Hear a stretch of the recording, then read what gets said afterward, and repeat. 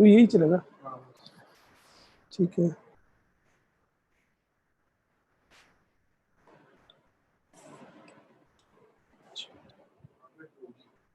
हैं?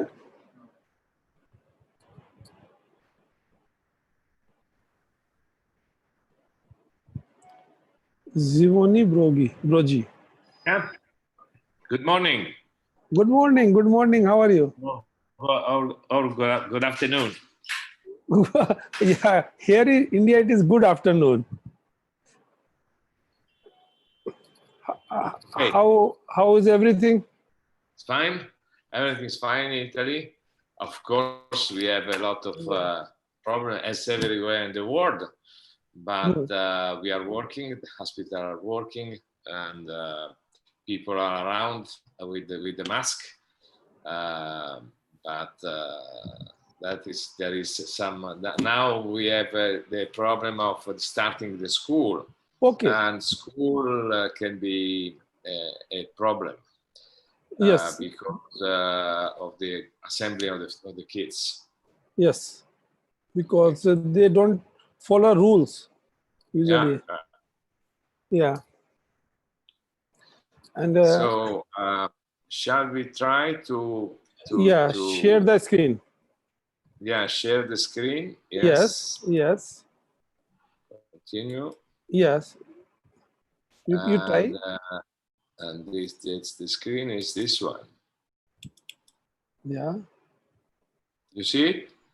No, I don't see right now. Just on the bottom, there's a screen share. Click over that. You are sharing sharing screen. Yeah. Yeah.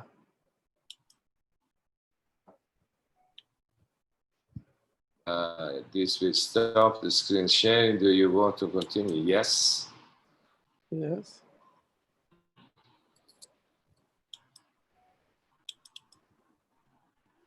Is this one? Did you see it? Screen share करना किसकी अपनी? Okay, yes, I could see.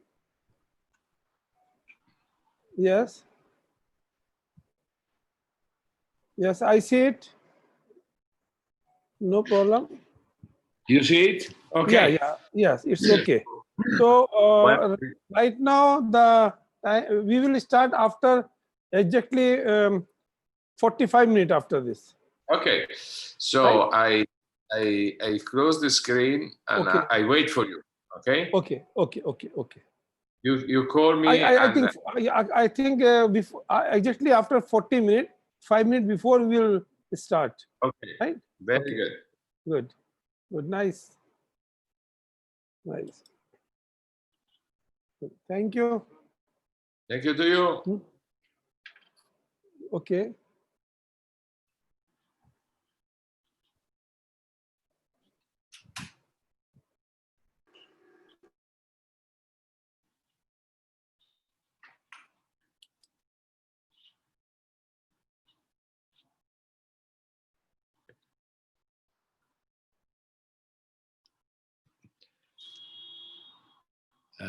Let's stop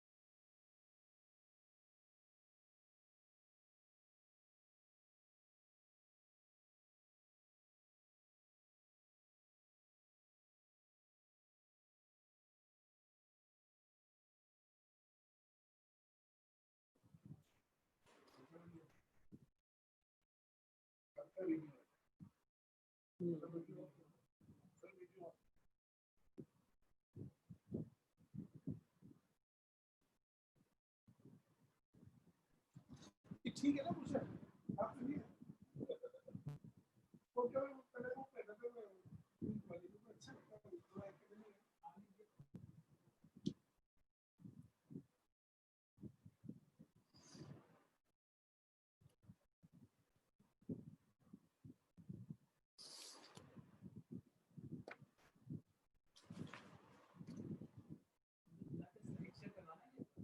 करवा लो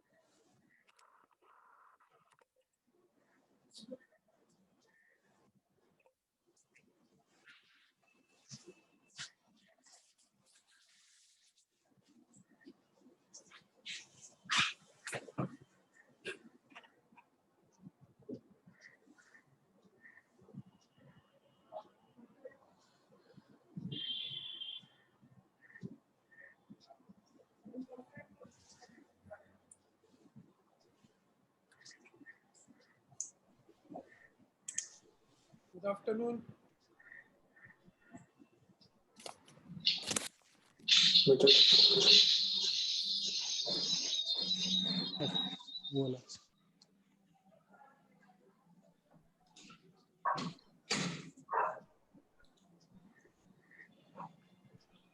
Good afternoon. Hello. Good afternoon. How are you? I'm fine. How about you? Good. Hi, I'm fine.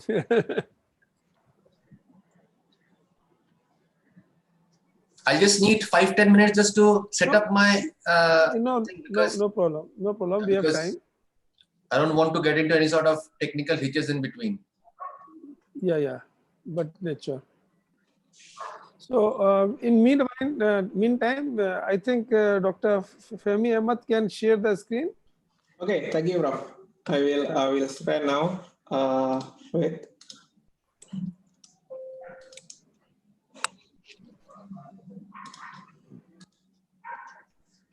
How about this, Prof? Good. I will make it like this. Yeah. Okay, thank you. Okay, thank you.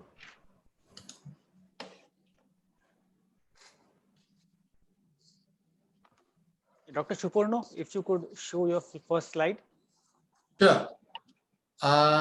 Just need to get.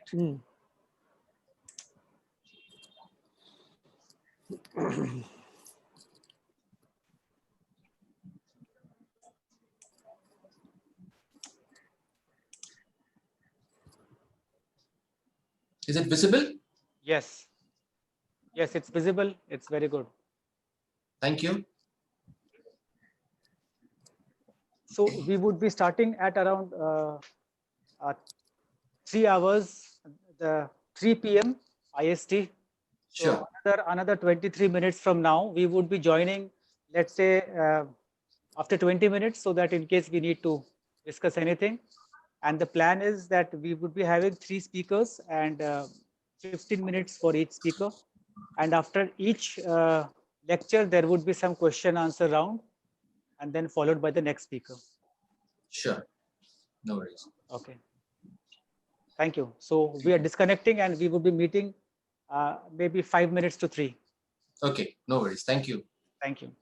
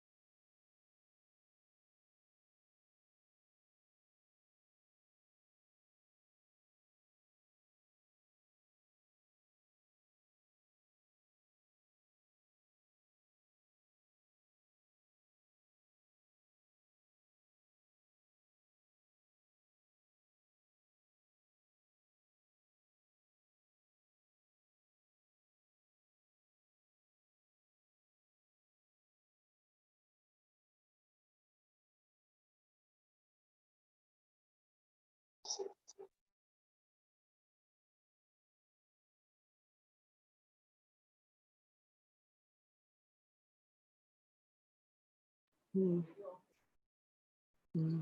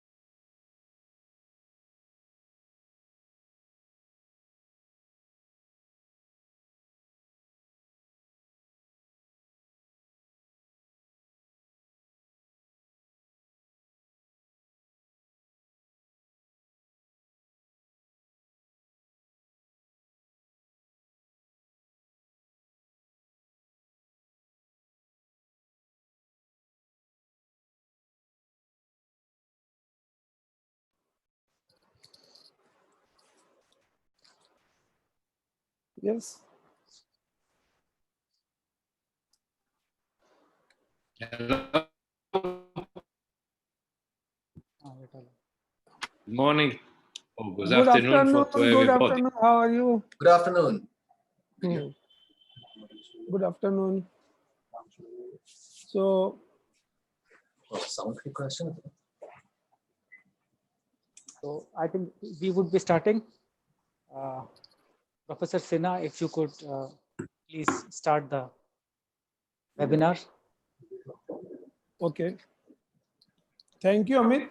On behalf of WFNS Neuro Rehabilitation and Reconstruction Neurosurgery Committee and WFNS, I welcome all my speakers and attendees on the webinar. This is a joint meeting of WFNS and WFNS. We have three speakers, and they are all masters in their field. Dr. Zivoni, Dr. Femi Ahmad, and Dr. Suparna Upadhyay. Every speaker will be given 30 minutes for the presentation and 5 minutes for the discussion. I request all the attendees of the webinar to participate actively for discussion through the chat box. So our first speaker is Dr. Brogi Zioni, and before, okay, let's wait. He's joining shortly. So this is a very important webinar, and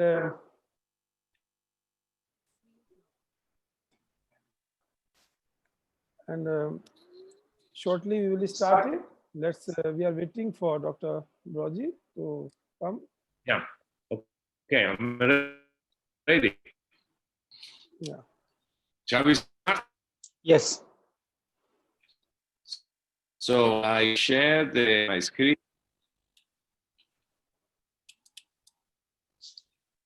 Did you? Okay. Introduce करने बोल दो. Did you see my presentation? No. Hello. Not yet. Not yet. We are unable to see your presentation, Professor.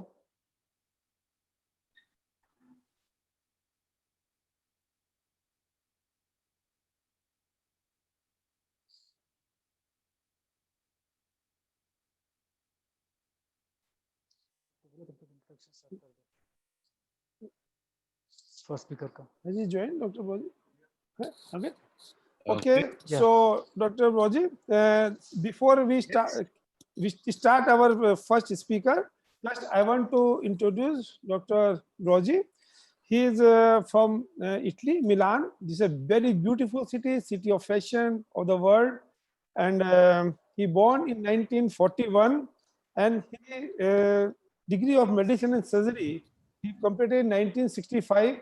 When I entered for my primary education of my schooling, so, and he was chief of and founder of the neurosurgery, functional neurosurgery, and chairman of Department of Neurosurgery, FINCB Milan till 2008. He is active member for number of society, and presently he is professor emeritus for Institute Neurologica C. Vesta, Milano, Italy, and also scientific director of Fond IEM Milano. He is member of Neurosurgical Anatomy Committee and member of Committee of Neurosurgical Complication. And he is also member of editorial board of World Neurosurgery and Neurosurgery. He contributed about 421 articles in national and international journals and co-author for 25 chapters in different books of neurosurgical problems. And he is the person who is founder of functional neurosurgery in the world. He has very big name. So we are lucky to have with us for our webinar, and this presentation is present and future of DVS for neurological diseases. Can I request Dr. Roji to share your screen and start your presentation?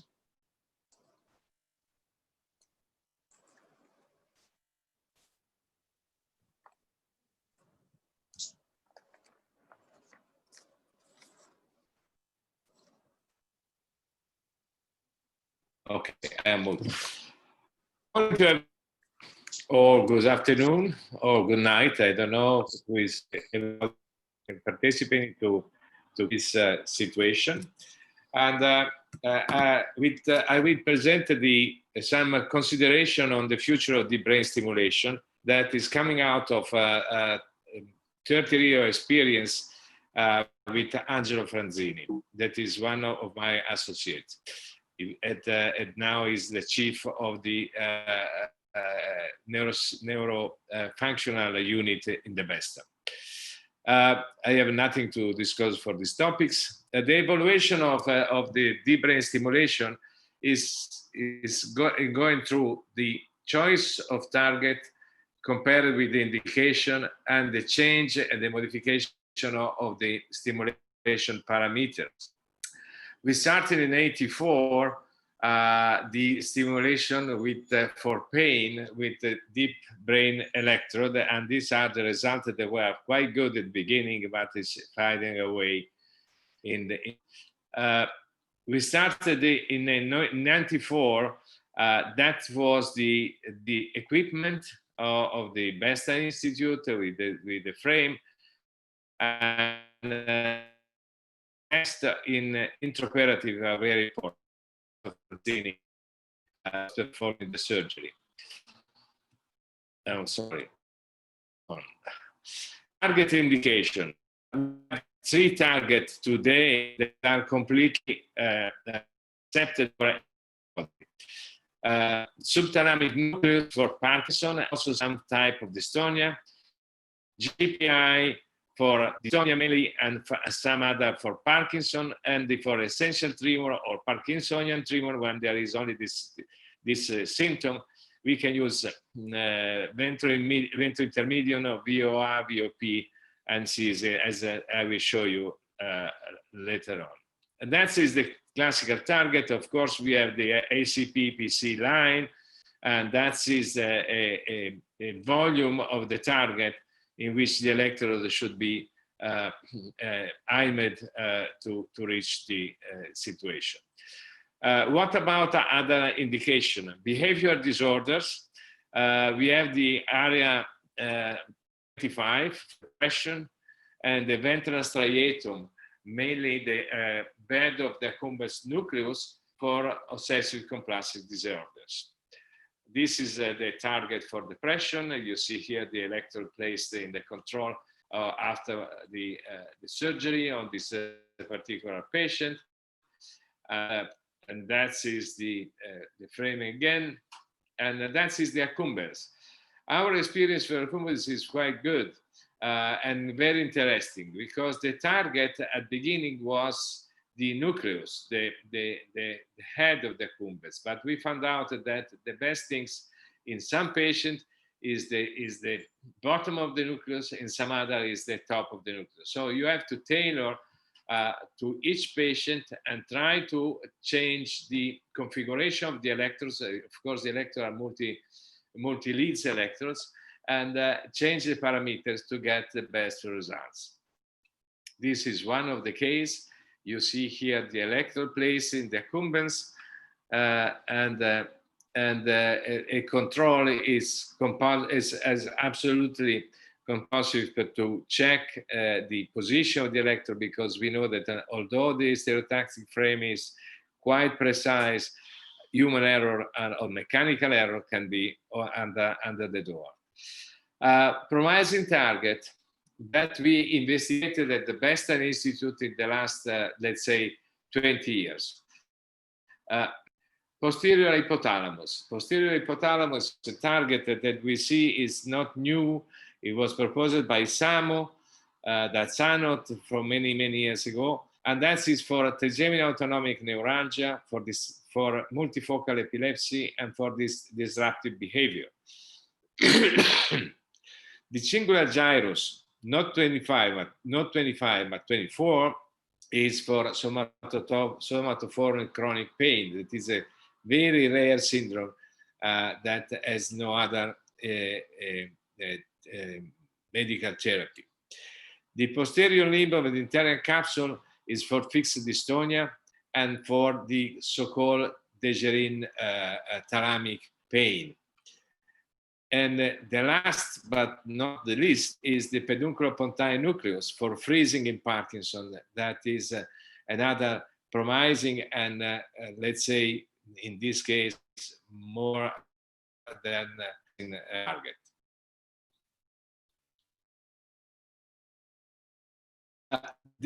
Let's go to history. This is, you see here, Lauri Laitinen and Maritza Harvan. And that is many years ago, it was saying that the possibility of the hypothalamotomy was very important for changing the behavior of some patients, and psychiatrists at the time, but also today, are quite reluctant. This is the experience of Sano, last century. This is at the target and the stimulation of Sano, and that is the reason why we choose the same target for the trigeminal autonomic cephalalgia. Stimulation parameters are modified. It's always high frequency stimulation, and of course you tailor patient by patient.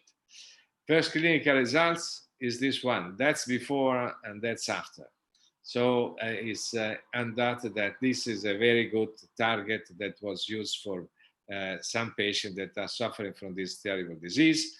And this is the results. You see here that in a few months, you get the maximum of results, because that is the number of crises or seizure, pain seizure that the patient has. Cancer of pain is another indication. When you have, like in this case, cancer in the face that is painful because of the disease itself, because of radiotherapy, and so on. Also, this target is modifying the sleep in the cluster headache patient, and that was published. And that is the table of Sano. You see here the indication was epilepsy and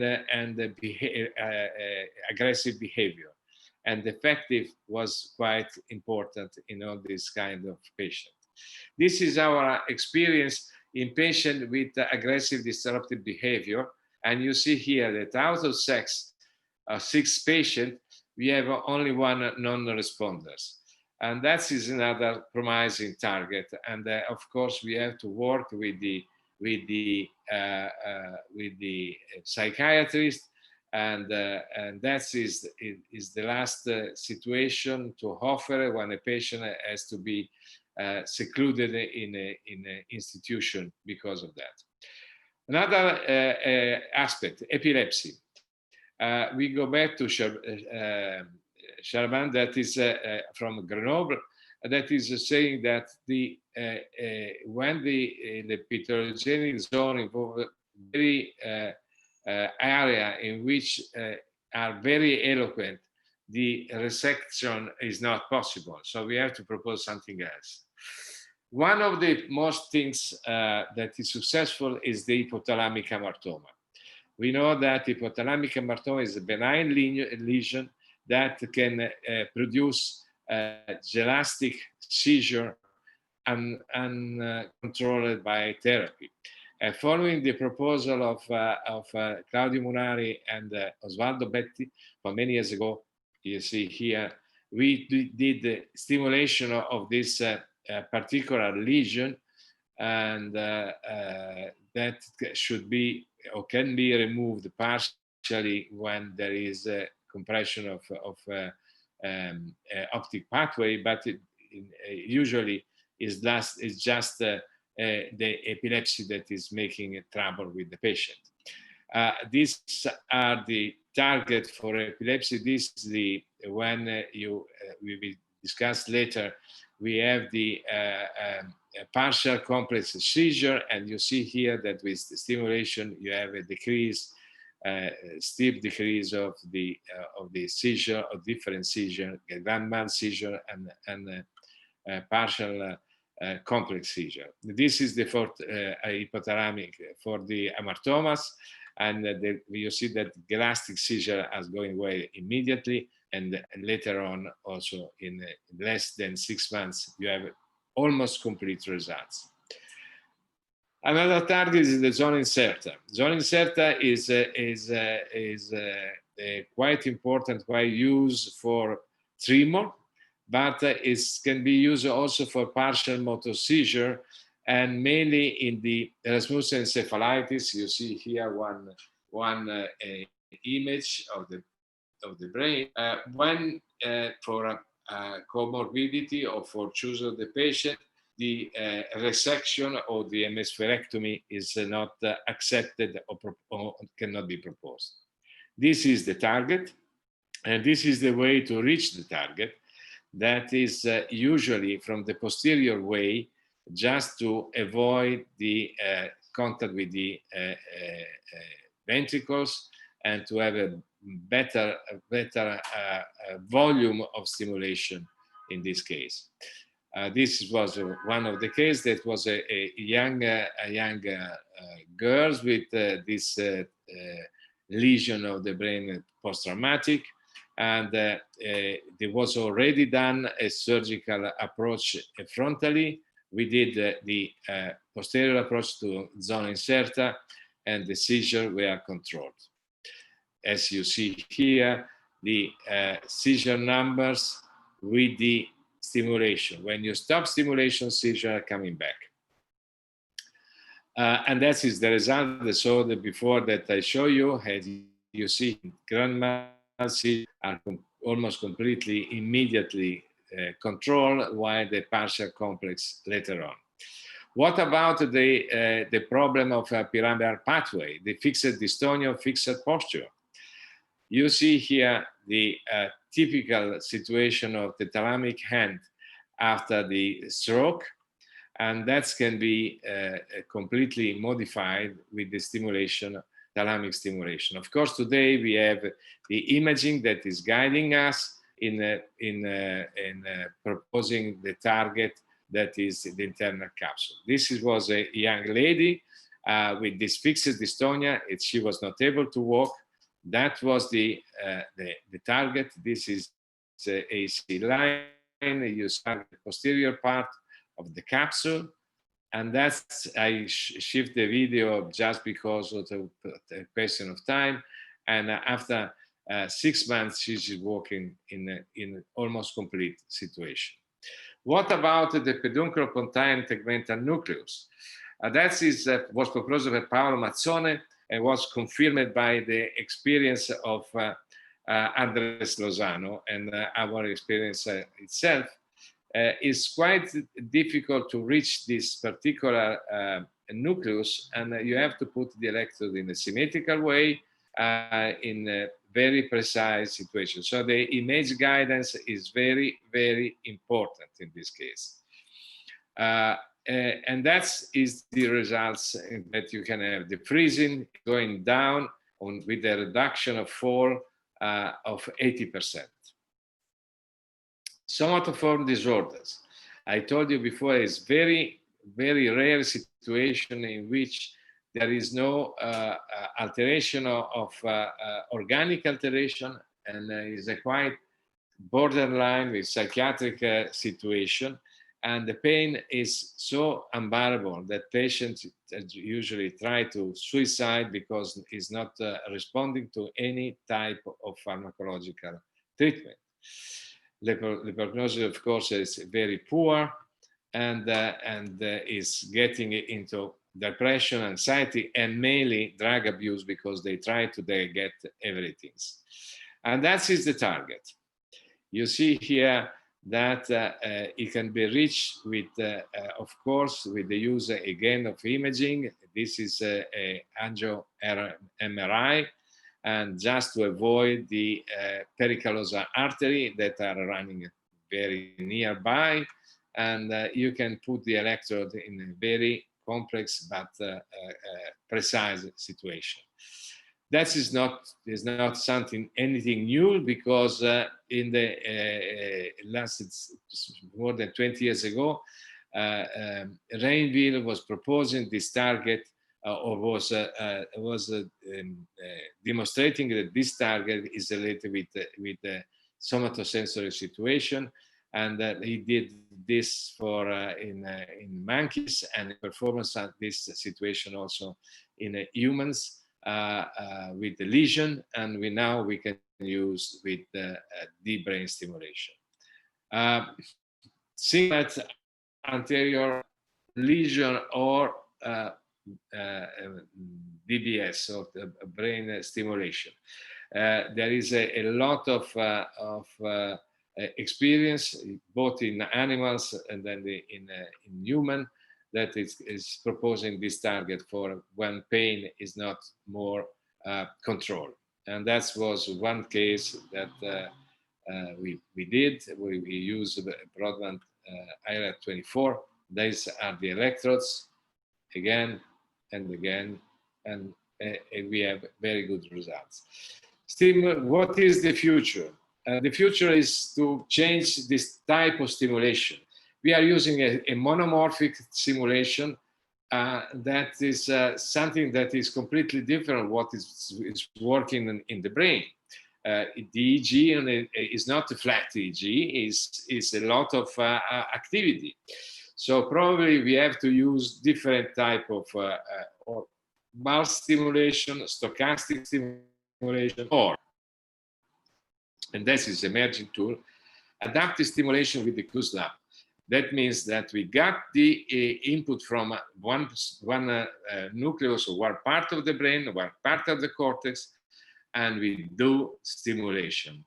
In this way, we can really have a loop that is starting from the recording with the computer that today can be really miniaturizing and implanted on the skull and get the results. The second thing is the robot. You can place the electrode with a very precise situation with the head of a robot. There is a 3 or 4 type. The experience of mainly of the people that are working with epilepsy for making stereo EEG is quite wide, but that can be used also for Parkinson. It can be used for all the indications that they showed before. And before closing, just for the young people that are starting with the neurosurgery, we remember what Harry James said. We work in the dark, we do what we can. What we give what we have, and our adapt is our passion, and our passion is our task. The rest is the matters of art. That means that neurosurgery is an art, but there's a lot of limitation, and our passion is what is making us to more innovative therapy. And that is our team, Angelo Ranzini mainly, and all the others, and I thank you for your attention.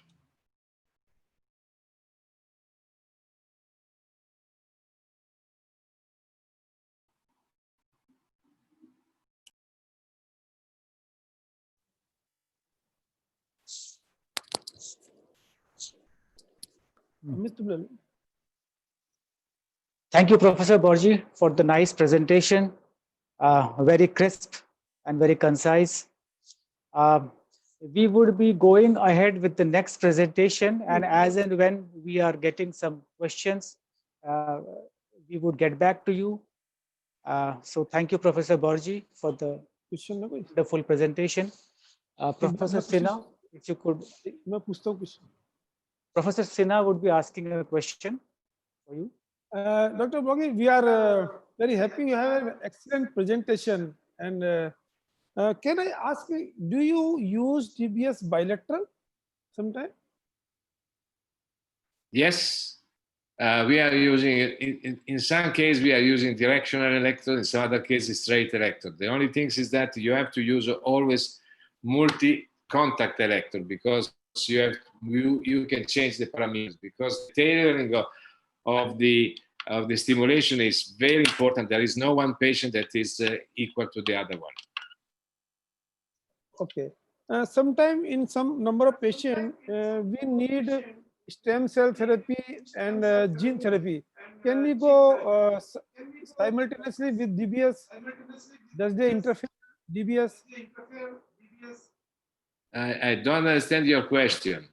Can you repeat it?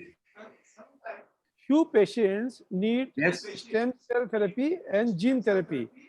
So can DBS, with DBS, can we go for the gene therapy or stem cell therapy? Well, we have to see if the stem cell is a dream. I think that we are far away from getting good results. We did some experiment. We did many years ago. I did the implant on the GPI of some stem cell without very poor results. Gene therapy may change completely the game, but gene therapy can be completed with the DBS. DBS is a tool. It's not the only way to treat this patient. And now we have back the lesion with the exablate and the focus ultrasound, or with the cyber knife, with the gamma knife, and I think that the lesion will get back following the experience that we have with the DBS. Okay. Professor, do you use functional MRI sequences, and when you use, or you use in every case these functional MRI sequences? We are using a functional MRI mainly when we have to go to accumbens and the internal capsule. For STN and for GPI is not necessary. For pedunculopontine nucleus is mandatory. And what about the intermittent DBS? Sometimes we say you can off DBS in night, in the morning you can again start your. So what are the conditions when you insert your patients for intermittent DBS?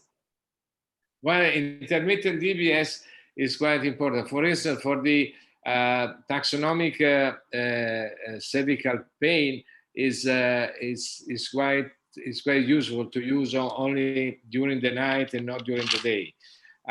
For the Parkinson, there is some experience about stochastic stimulation that are quite good, but still experimental. So I think that the big problem is that the company not so prone to improve our IPG and give us this possibility. But the future is around they have to making the commerce for everybody. Today we have only some group of patients, from group of researcher or neurosurgeon or neurophysiologists that are working. Thank you. Professor Broji, there are a few more questions for you. Dr. Yes. Dr. Jitin has a question that have you compared the results of DBS with lesioning for hypothalamic hamartoma? Well, I never did lesioning of the hypothalamic hamartoma. I did surgery with endoscope or with open surgery, but I never did the lesioning as on the remnant, because always there is a remnant. If the elastic seizure are still present, we do stimulation. The big problem for the hamartoma is that if you have the clinical situation in which you have a compression of the optical pathway, you have to do surgery, because that's automatically the patient get blind. If you have the only the seizure or mainly the seizure, you do stimulation. Okay. And like, what is the role of focused ultrasound, and will it ever replace DBS? Well, I think this is there is a kind of conflict of interest. What is the cutoff for DBS in age? Officially 65. We stretched it to 70, but you have a patient that is 80, good situation, and he got Parkinson's disease, he got tremor. Why not making a lesion? Otherwise, he can never have DBS. And that is the part in which ultrasound can play a great role. With experience, probably more cases that are difficult to control can be lesioned instead of DBS. If you can do DBS before and later on make a lesion. It's a clinical choice. Okay. Thank you, Professor. Professor Thank you Sinha. to you. Thank you, Professor. So our next presenter is Dr. Fehmi Ahmad, and he is from Surabaya, beautiful city, Indonesia. And I've seen it before. It's few years I went there. The beautiful city with good sightseeing, and most of his education is from Surabaya only. And presently, he is heading functional and osteotactic section of Department of Neurosurgery in Dr. Someto Hospital, Surabaya. He is member of many national and international societies, and presently he is affiliated to Dr. Someto General Academic Hospital, Surabaya, National Hospital, Surabaya, and PSC Hospital, Surabaya. He has been awarded twice for his great work of the DBS. Awards were Museum Record Indonesian Award and Young Surgeons Award. And he is a very important person in the Indonesia, because he is among the few person who is doing the DBS surgeries. His work on Parkinsonism is amazing. This is a very common problem in world, and very few people or doctors are working on this surgery, and he's among one of them.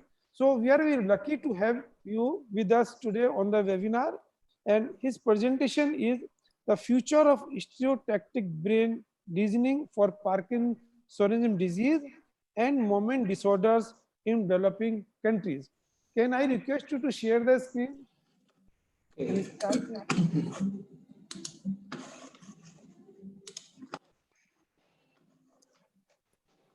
Okay, thank you, Prof. Sinha and Prof. Brogi and Dr. Amit and Dr. Sparna for the webinar.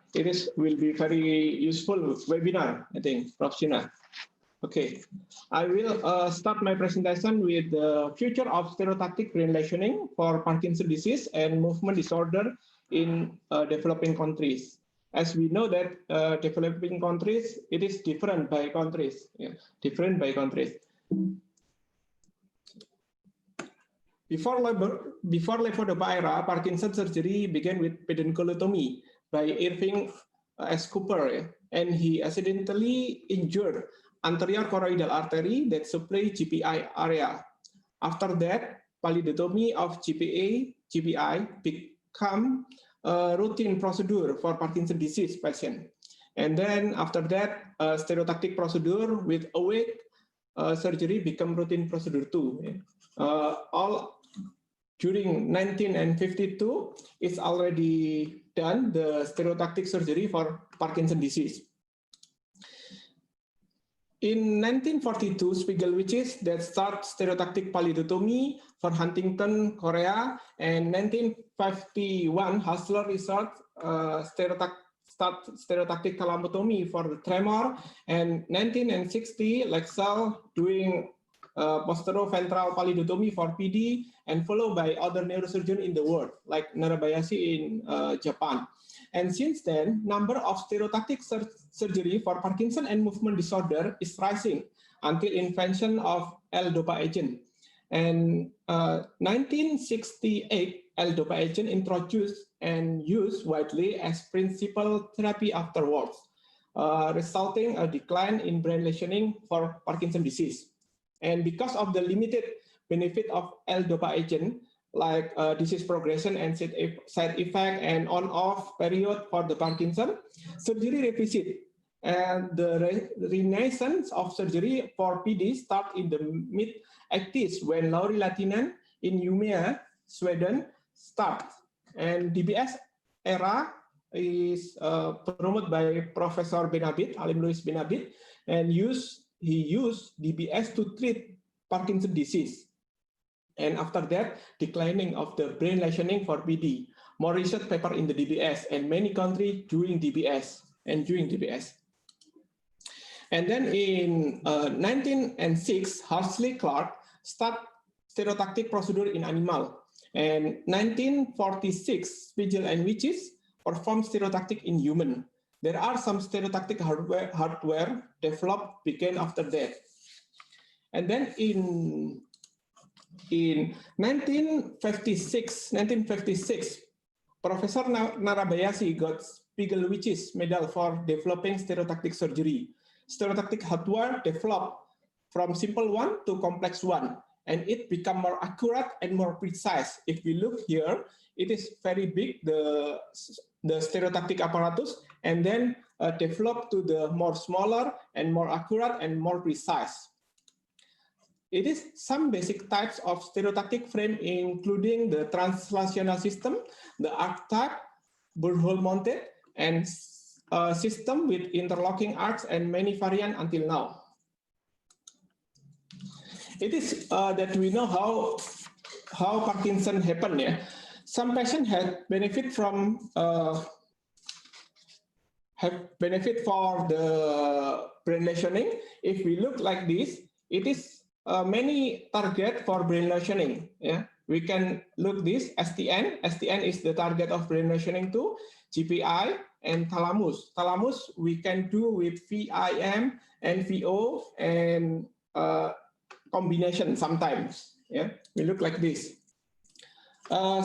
This is a publication about thalamotomy for essential tremor with very long-term follow-up by Patrick Blomstedt team. And it is a good result with a good result. If we look this long-term follow-up, some of the patients had until 20 years effect benefit from the lesioning. And after 20 years, it is recurrence. And some of the patients had 10 years until recurrence. In another publication, it mentioned about 5-year follow-up of unilateral posteroventral pallidotomy in Parkinson's disease by Adriana. And it result neurology outcome with motoric, 89% of patients saw motor improvement in the on-state, and 100 patients saw motor improvement in the off-state. About dyskinesia, a reduction from 26% to 50% of the day before surgery, and less than 20% of the waking day after surgery on long-term follow-up. And activity daily living, 72% of patients saw improvement in the on-state, and 83% of the patients saw improvement in the off-state. It means that brain lesion have benefit, many benefit for the patient of the Parkinson. And another publication in the movement disorders, in the movement disorder journal, published about long-term outcome of surgical treatment for PD in 2012. In this publication, described that the effect of STN-DBS in the off-med can improve the symptoms and worsening after 5 years. It means after 5 years, it will be worsening. It's because of the progression of the Parkinson disease. And then also in the on-medication, it is improved the UPDRS score in the Parkinson disease after STN-DBS and worsening by time 2. And in this case, they evaluate after 5 years follow-up. Now we look about GPI-DBS, off and on medication. It is improved the UPDRS score, especially in dyskinesia. Dyskinesia for GPI, it is improved for GPI lesion. But some problem didn't improve and some problem worse by time. They evaluate after 5 years too. And then how about FIM-DBS?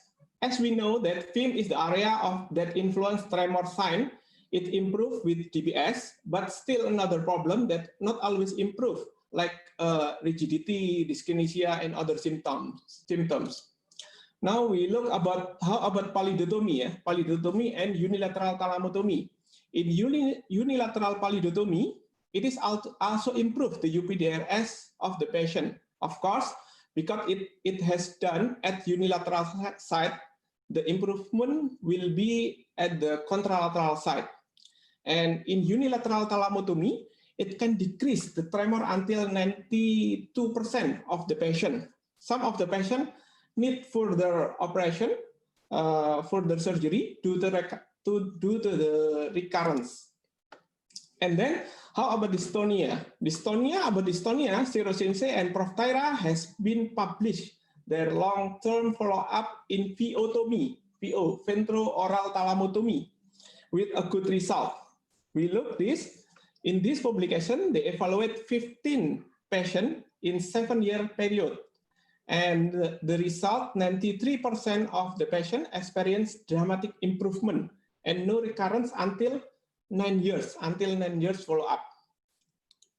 This is another relation that revisit now is PTT. We call it PTT or pallidothalamic tractotomy for Parkinson's disease.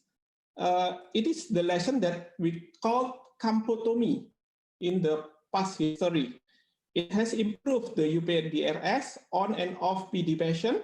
With this lesion, this can be lower the complication because it's more far from CST, cerebrospinal tract, than FIM lesion. If we know FIM lesion, it is near the CST, cerebrospinal tract, but it is far from that.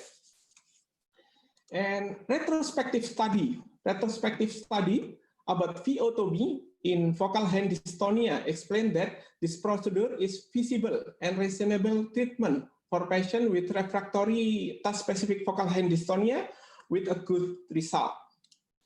Now, in this video, I want to show about how we make a lesion. It is important we make a lesion. First, we do stimulation and 45 degrees Celsius until 30 seconds. And then if we are sure it is no complication and good result, we will give a 70 degrees Celsius in 30 seconds or 45 seconds. Okay. Now, brain lesioning can perform in operating theater with a small incision, smaller haircut, and awake surgery. So not not complicated like DBS. It is a lesion that we perform. We make a multiple lesion in the target, posterolateral and or anteromedial of the target, 30 degree until 45 degree. We use a 1.1 millimeter active tip with 70 degrees Celsius for 45 seconds. It can make lesion, diameter of lesion about 3 until 4 millimeters. If we look in this sagittal MRI, we are doing a multiple lesion to make sure that our benefit, it can be more permanent. Yeah. If we doing smaller, it will be more recurrence rate will be more if we do it smaller. Okay, it is evaluation during surgery. Yeah. Evaluation during surgery is very important. Yeah. We evaluate the clinical effect. We look this is still tremor, and after we implant, we put the electrode, it will be make micro lesioning, and the tremor will stop. We will evaluate the effect and the adverse effect. We must evaluate too, like strength, pitch,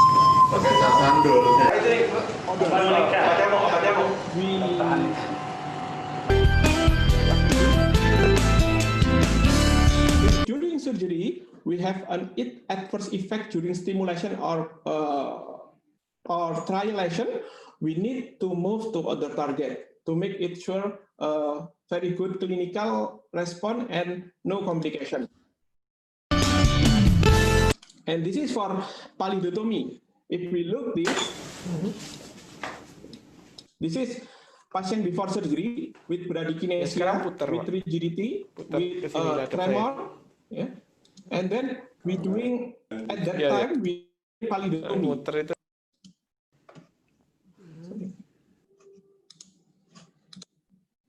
This is after surgery. 1 day after surgery, it's very good. The bradykinesia, the rigidity, and the tremor improve after the palidotomy. And we evaluate this person until 4 years. It is still good. Okay, sudah stop. And this is our result of bilateral palidotomy with good result and no complication. But we didn't perform direct bilaterally because afraid of the complication, and we did it sequential. And for example, 1 day we doing in the right side, and we give a range about 1 year to do to the left side. It is for tremor. It is for tremor. PRM, we doing PRM thalamotomy and evaluate patient until 5 years. It's still good. It is before surgery, and this is after surgery. Yeah. The patient have many benefits for the lesioning. And we evaluate the patient during surgery with the patient activity that decrease the movement quality of before surgery, like playing keyboards, guitar, flute, and writing. And now how about magnetic resonance guidance focus ultrasound? It is another technique of lesioning too. Before this, we did lesioning with small incision, and now we did still lesioning but without incision. It is still same, the lesioning, but without incision. Now we look the demographic problem, because we talk about a developing country. We look, for example, in Indonesia. Indonesia, it is archipelago country, and many thousand islands in our country. It is Surabaya, and it is Bali. Yeah? We are here in Surabaya, and patients from distance frequently come to our center and another center. That center have stereotactic surgery. It is Surabaya, Jakarta, and Semarang, and Purwokerto. it can make difficult for the patient if we, for the distance. Distance, it is difficult problem for patient. And then transportation, sometimes it needs cost for the patient. And then stereotactic and functional center and neurosurgeon, it is very limited in developing country. Other problem in developing country, DBS cost. Insurance, sometimes it cannot cover by insurance, and adjustment of the DBS. We can imagine if the patient come from another island that far from our center and they need to adjustment for the DBS, they need effort, many effort to come to our center to adjust the DBS. And some patients didn't want implant any device. Brain lesioning today, it is better result and lower complication. Why? It is because better imaging, MRI, tractography, and intraoperative MRI. In the past history, they do the lesioning with just X-ray, ventriculography, and X-ray. But now there are MRI, tractography, intraoperative MRI. And better software, improved stereotactic planning system, and better stereotactic apparatus, better radio frequency generator and electrode needle, and better microelectrode recording. If we compare between lesioning and DBS, of course, it is have advantage and disadvantage every surgery that we perform. For example, brain lesion, it is cheaper, DBS more expensive. Brain lesion need unilateral, but DBS we can do direct bilateral. Brain lesion non-adjustable and DBS adjustable. Lower visit frequency for brain lesion and high visit frequency for DBS. And brain lesion, no need to device related problem because no device in the body. It lead sometimes for DBS lead problem, infection, battery, IPG problem. And brain lesion make a lesion on brain, but DBS just a micro lesion. It can, why DBS, we can put DBS in any part of the brain and make a research for that. And brain lesion had no physiological problem. Sometimes if we have like dystonia in the young patient, it can be a psychological problem for them because it is still young and implant something here. And then DBS or lesioning, it's depend. There is have advantage and disadvantage in every procedure. Yeah, like RF coagulation that we more do now, and then LITT we can see that MRG fuse, yeah, and DBS and gamma knife. Okay, and if we look from the past until the future, in 1900 early stereotactic equipment, yeah, approach to deep brain center. And 1950 until 1960, ablative surgery performed by Irving S. Cooper that accidentally injured the anterior choroidal artery and then doing the anterior choroidal ligation and then pallidotomy and thalamotomy. And after that, 1916, advance of L-DOPA, the role of surgery was eclipsed by L-DOPA. And then after that, 1985, resurgence of pallidotomy by Leitinen, and late 1980, DBS performed by Prof. Alim Luis Benabit, introduced DBS in neurosurgery field, and then 2010, MRG fuse is introduced to our era until now. From lesioning to modern lesioning. From lesioning to modern lesioning, I call it like that. Okay. And then another publication that has been published, magnetic resonance imaging guided focus ultrasound bilateral thalamotomy for essential tremor, a case report. Of course, we need to do it carefully because it is bilateral. But in the good hand, like Prof. Taira, it is good result. Okay, and if we look at systematic review and meta-analysis that compare between DBS and brain lesion, its result no significant difference in change of tremor scale, quality of life, cognitive function, or neuropsychiatric function between lesioning and stimulation surgery. It is in 2019. Okay, and then now for improving and support the young neurosurgeon, there is some team doing the noble art of lesioning workshop around the world to support the young neurosurgeon to doing and revisit the brain lesion again, especially in the developing country. And the result, of course, depend on patient diagnosis, treatment decision, target selection, accuracy and precision, adverse effect avoidance, hope and reality. Sometimes we need to explain to the patient between hope and reality. Yeah, it just improves the quality of life, not cure the Parkinson like that. Every patient different. It is an art. Conclusion: brain lesioning still have place and future for Parkinson and movement disorders with a good outcome, especially in developing country. Okay, thank you very much.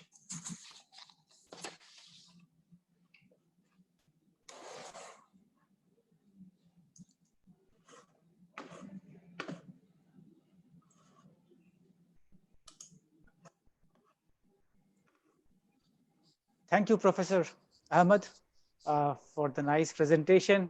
Very nice videos, well made. Professor Sinha has some questions for you. Professor Sinha, over to you. Thank you, Prof. First, I want to compliment for your excellent presentation. And Thank you. we are amazed to see your videos. And just I want to ask, the DBS changes the chemical environment and frequency stimulations. So can we use this for early Parkinsonism? Number one. Can we use the DBS for early Parkinsonism? Second, few surgeons, they use micro electrode recording at the target area. Do you do, or what is your opinion? Yeah, thank you, Prof. Thank you, Prof. Sinha. Yes, for the first question, it is about the when we do the lesioning or brain lesion. If it is to by in the late time of the Parkinson, like that, Prof. Yeah, yeah.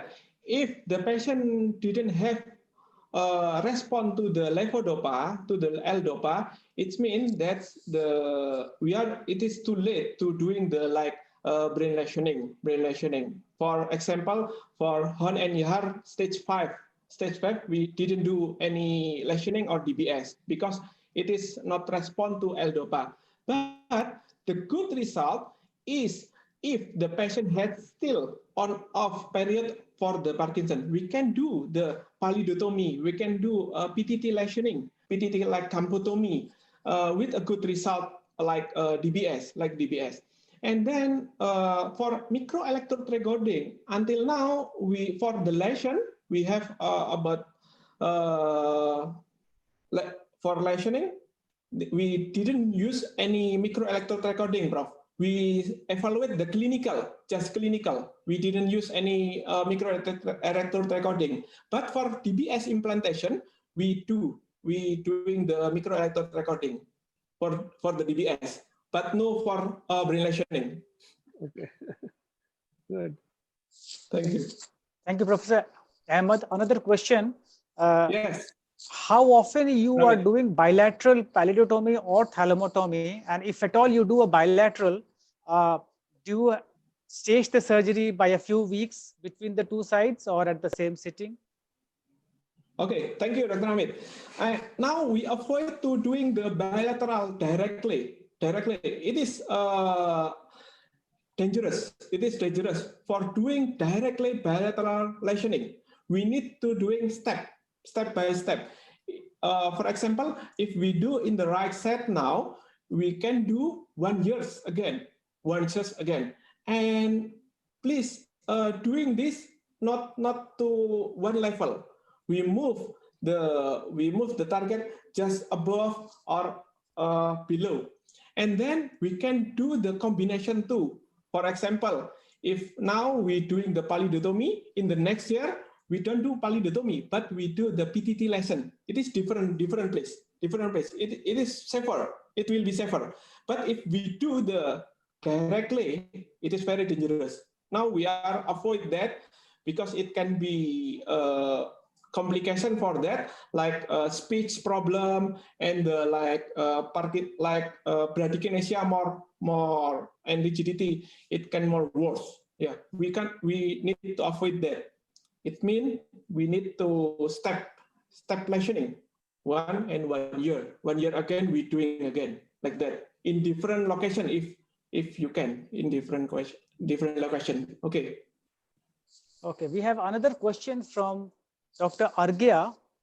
She wants to know that if there is a young patient of Parkinson's and he or she has dyskinesia, do you prefer to go for surgery or you would like to give the best trial for drugs with drugs? Of course, we doing the medication first. We have a team with neurology, and then they do the best combination of the medication first. If the medication cannot improve the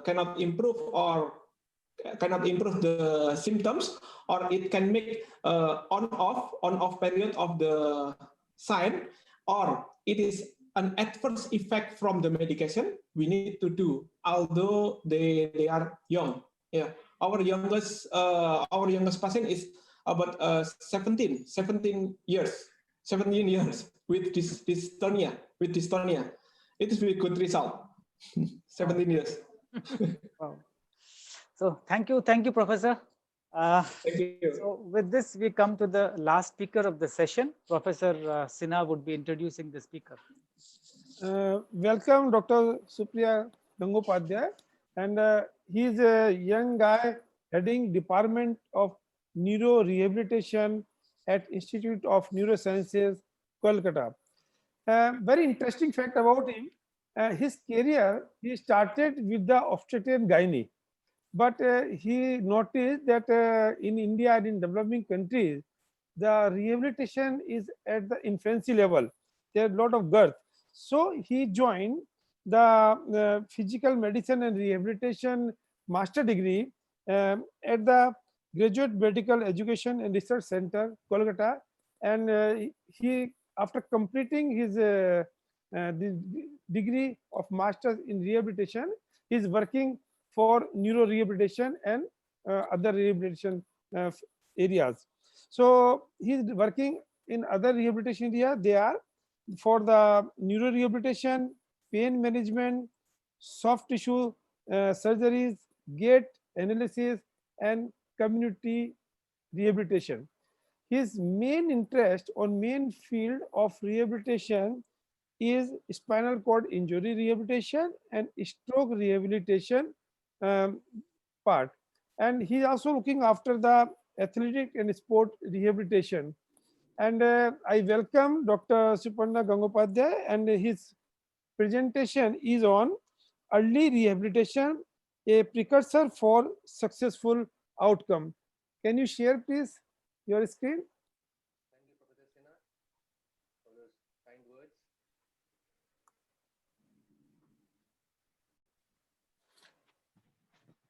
Can I start? Can I start? Yes, yes. Okay, thank you. So, good afternoon and greetings from the Institute of Neurosciences, Kolkata. So, my topic for today is early rehabilitation, a precursor for successful outcome.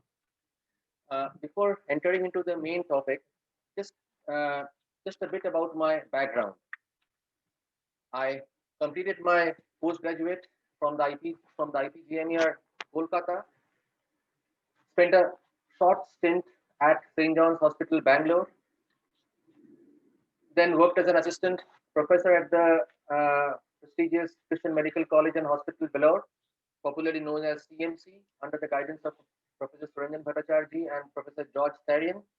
And actually, from them, I learned the principles of holistic rehabilitation. Then I moved to Australia. I was there for a while, and then came back to my city of joy, Kolkata. Since March 2015, I have started working at the Institute of Neurosciences, Kolkata, under the leadership of Professor Dr. R.P. Sengupta, who is a renowned neurosurgeon, and I don't think he needs any introduction. So this was the place where I started working 5.5 years back. And this is the solitary confined space uh, which was unable to bear the busy crowd. So we had to extend our service area. We moved our outdoor services to the Institute of Neurosciences, Kolkata Annex, and converted the pre-existing space into a dedicated neuro rehab ward, manned by an excellent nursing and a supporting team. We were still short of space, so we had to move into another part of the city where we have our Institute of Rehabilitation Neuro Rehab Center. But our dream is to actually have a neuro rehab institute. So I hope in the near future we should be able to have that. Started with a team of 6 members. Presently, we are a strong team of 65 members. This is our dedicated team who are involved in the healing of patients. Now, what is neurorehabilitation? So in our part of the world, the general awareness about rehab is either oil massage or just physiotherapy, or it's just a de-addiction center. But rehab is much more than that. It's actually a team of expert professionals looking after the patients and having a goal-oriented, patient-centered rehab approach. We have been fortunate enough to have a 24/7 rehab services, because as you understand, most of the neuro ITU patients will need chest physiotherapy and mobilization round the clock. So for a proper rehabilitation, the patient ideally should run through a series of settings. Now, evidence shows that even while the patient is on ventilator, early mobilization can actually shorten the length of stay and improve functional outcomes. Step down to the post-acute ward. There is good evidence showing benefit from early intensive physiotherapy and occupational therapy in the hospital for stroke patients, traumatic brain injury patients, and for patients with orthopedic complications. Now, who are the patients whom we actually take for post-acute rehabilitation? Definitely, we have to have an idea about their premorbid and the current functional abilities. They have to be medically stable. They have to at least be able to follow one-step commands. We need to know their therapy tolerance, motivation, have to understand their psychosocial factors, and obviously get to do a goal setting for the functional outcome. Once the patient is discharged, their destination is the neuro rehab outpatient department. For patients who cannot come to the outpatient department because of resource problems, we actually, or rather, there should be an outreach team looking after those patients at home. COVID-19 has taken away most of our happiness, but since the beginning of COVID-19, because of the dearth in the OPD consultations, we have launched our tele-rehab services, and till date, we have almost 360 consultations.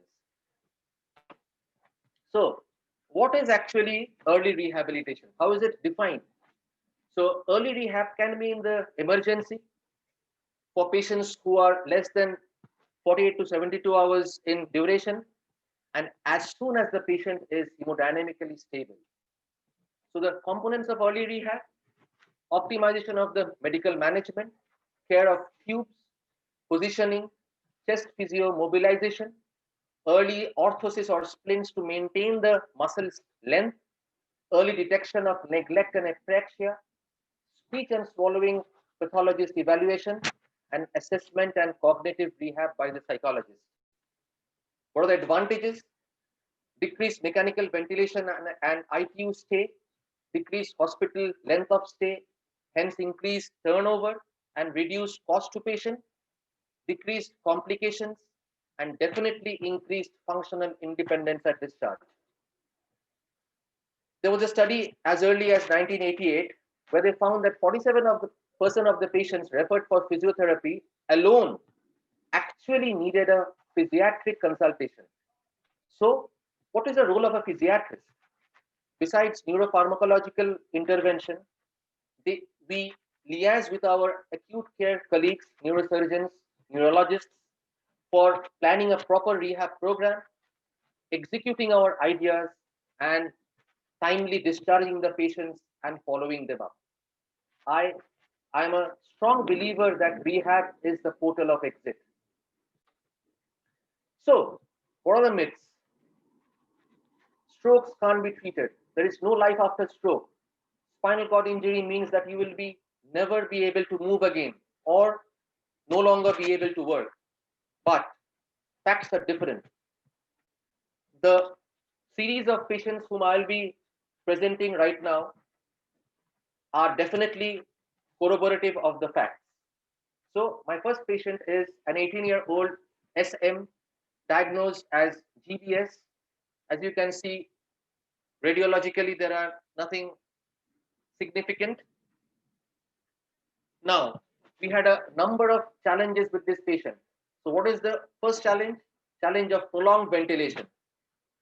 With a well-coordinated physiatrist supervised ITU rehab program and a fantastic nursing care, we were able to decannulate him in due course.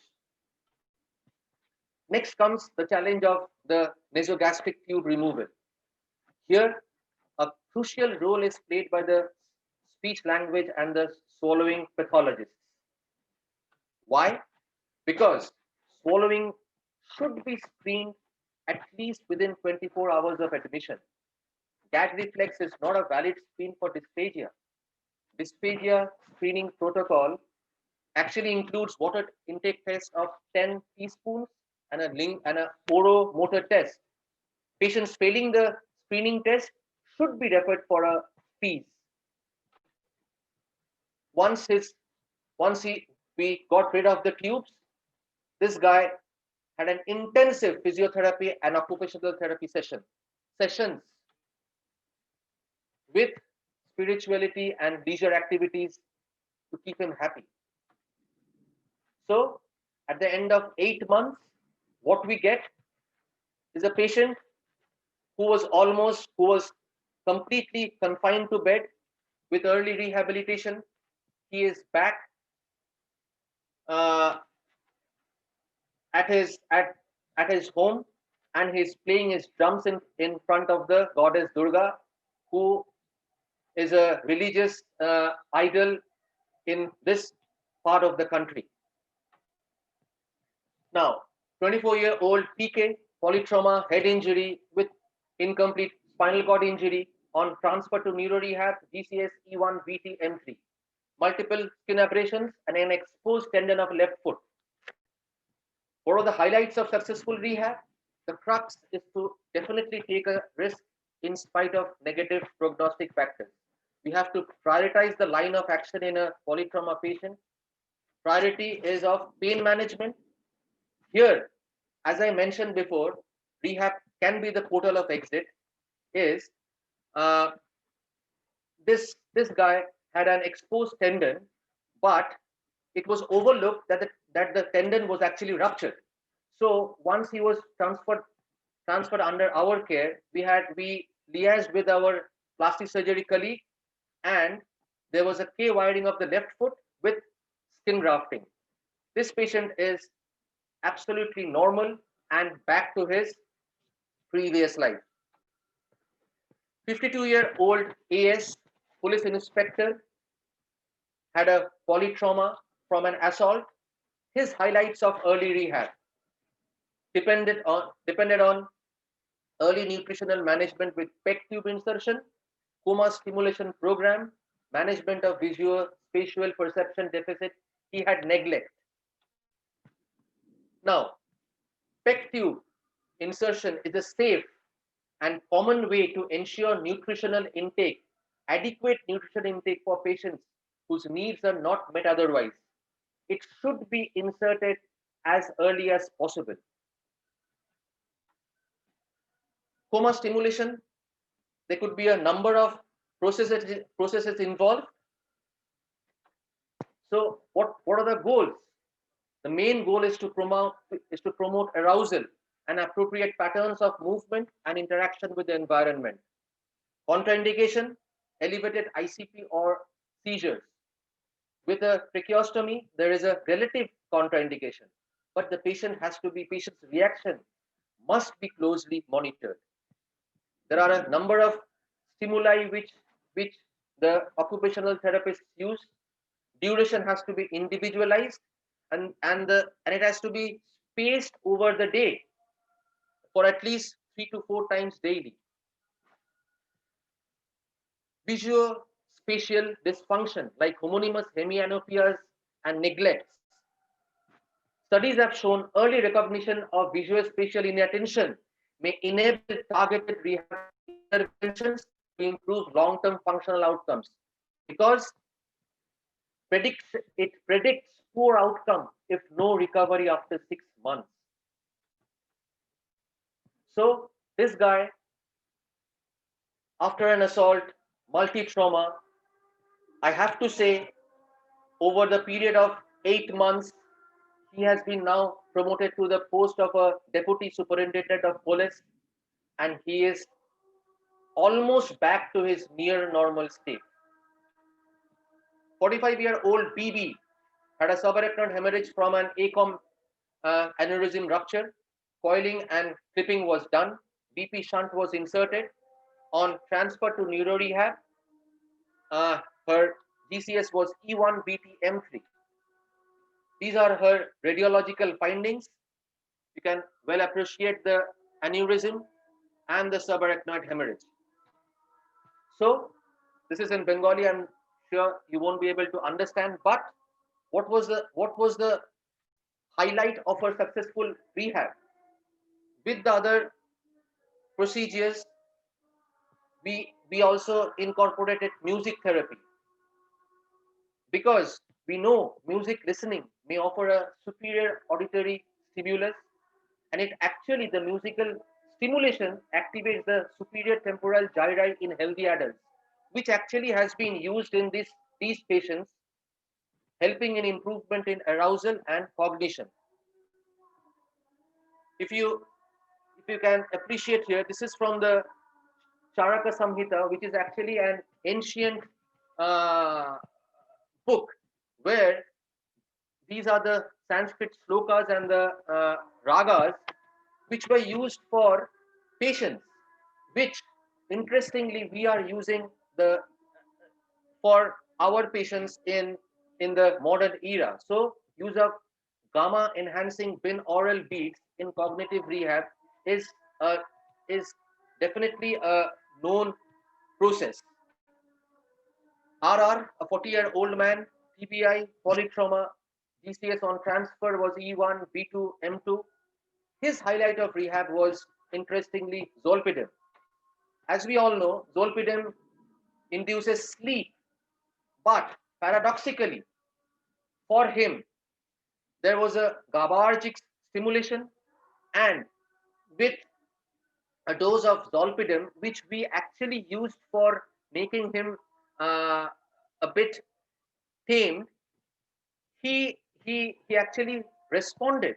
And why I am saying, because I have a personal experience of having a similar patient while I was in Australia, and she had similar response to zolpidem. So at the end, it was a prescription of 3 doses of 10 milligram zolpidem, and over a period of time, the patient used to speak. Like it's so interesting and surprising that a patient in a comatose stage after zolpidem, which is used for sleep activities, has a paradoxical activity. 39-year-old AC, flown over from Germany, on TT, diagnosis of C2 traumatic tetraplegia, operated, C1, C2 fractured with IVH. Mode of injury, hit by approximately 400 kilogram object around the head and the neck area.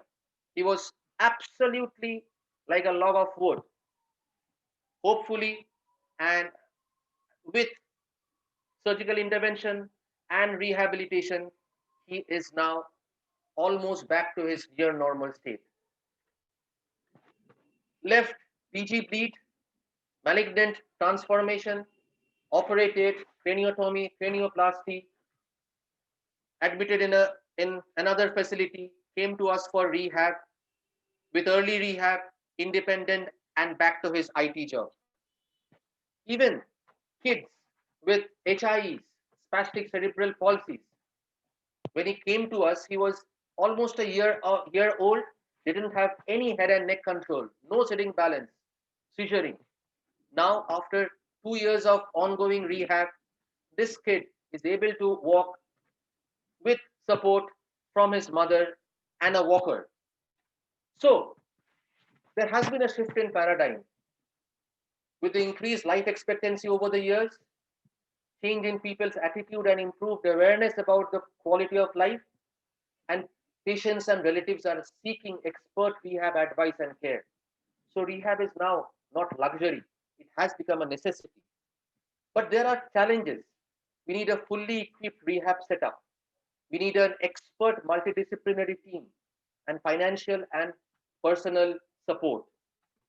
Here comes the role of a social worker who liaises with the government and different NGO services and schemes to provide optimal rehab services to the patients with minimal cost. A few recent advances, just what Cochrane says. So virtual rehabilitation and EMG biofeedback, which fortunately we have in our center, Cochrane says that it can be helpful, but only when used as an adjunct to usual care.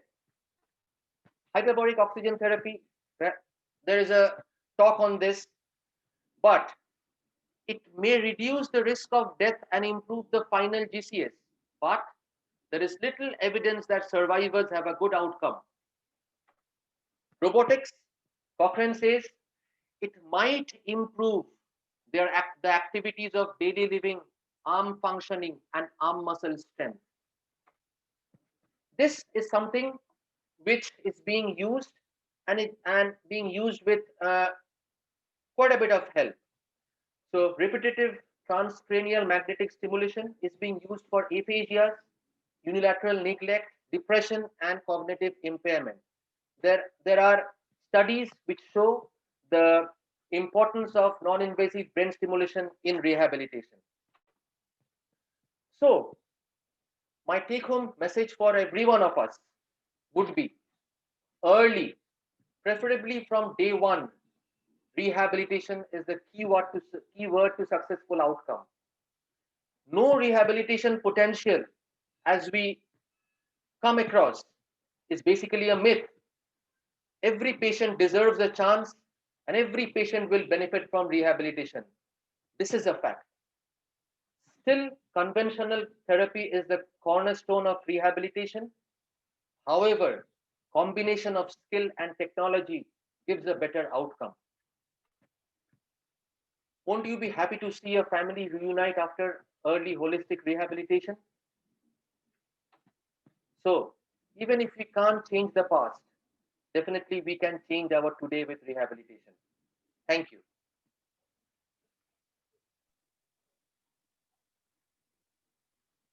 Very nice presentation Thank you so Dr. much. Suporno, very Thank you. nice. It was a very holistic approach to rehabilitation, and it is very true that in many parts of the country, rehabilitation is something which we are always missing on. And in fact, I am very happy to see that INK has developed its neuro rehabilitation wing so well. Thank you So so much. congratulations to you and your team. Thank you. Congratulations. Actually, we must be thankful to Professor R.P. Sengupta. Without Yes, his he's a help, visionary. He's a visionary. he's a visionary. Without his help, I wouldn't. And with his like free hand, I wouldn't have been able to achieve whatever little we have achieved. Dr. Amit also worked there. Amit I know. You know, good. I know. Yes, I know. Just I want to ask something. Sure. Suparna, have you started any awareness program about the rehabilitation? Because even I'm neurosurgeon. Most of neurosurgeons, they don't understand, they understand but very little about the importance of neuro rehabilitation. They operate and they discharge the patient. But yeah, so there should be for everyone, there should be a awareness program regarding the neuro rehabilitation. Have you started some training or program regarding this? Okay. Now, honestly speaking, when I joined INK, it was like the in my first few days when I went for my rounds, I could see a patient Yeah. put on NPO because in his progress notes it was mentioned as patient will need OT. So nursing staff had no idea that OT refers to occupational therapy. So this was Yes. the awareness of even the medical staff and the nursing staff when I joined initially. Yes. Now, over the past 5.5 years, at least I have been able to make my hospital aware, my colleagues from the neurosurgery department aware that without rehabilitation, you might be doing a fantastic surgery, but the functional outcome after 3 to 6 months or even say a year won't be the best as you would have expected. So my first priority was to make the hospital colleagues aware.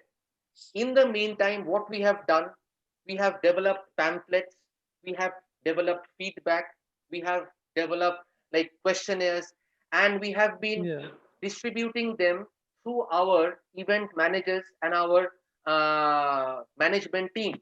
So so honestly speaking, you can understand that small room which I showed initially, now it is not able to bear the crowd. We have now 3 separate setups. One is the inpatient setup, one is our OPD building, and we have a different neuro rehab center. So at least there definitely has been awareness which is translating into the outcome and the positive thinking amongst the medical staff as well as the patients. In our department, we have a neuro rehabilitation area. So every day for 2 hours, neuro person or experts from neuro rehabilitation department, they come and teach us the physiotherapy to our operated patient and TBI patient. So this we have started for last 5 years and it's working very nicely nowadays. Yeah, because look, you all are busy. For you all, it's just to open the brain, do the operation. It's over. It's over. Look, we have to take it. We have to take it.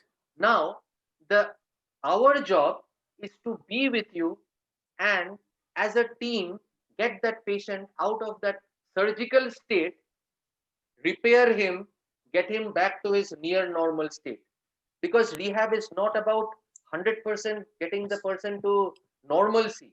It's all about near normalcy. Yes. Thank you. Thank you, Dr. Suporno. So, thank you, Dr. Amit. Thank you so much.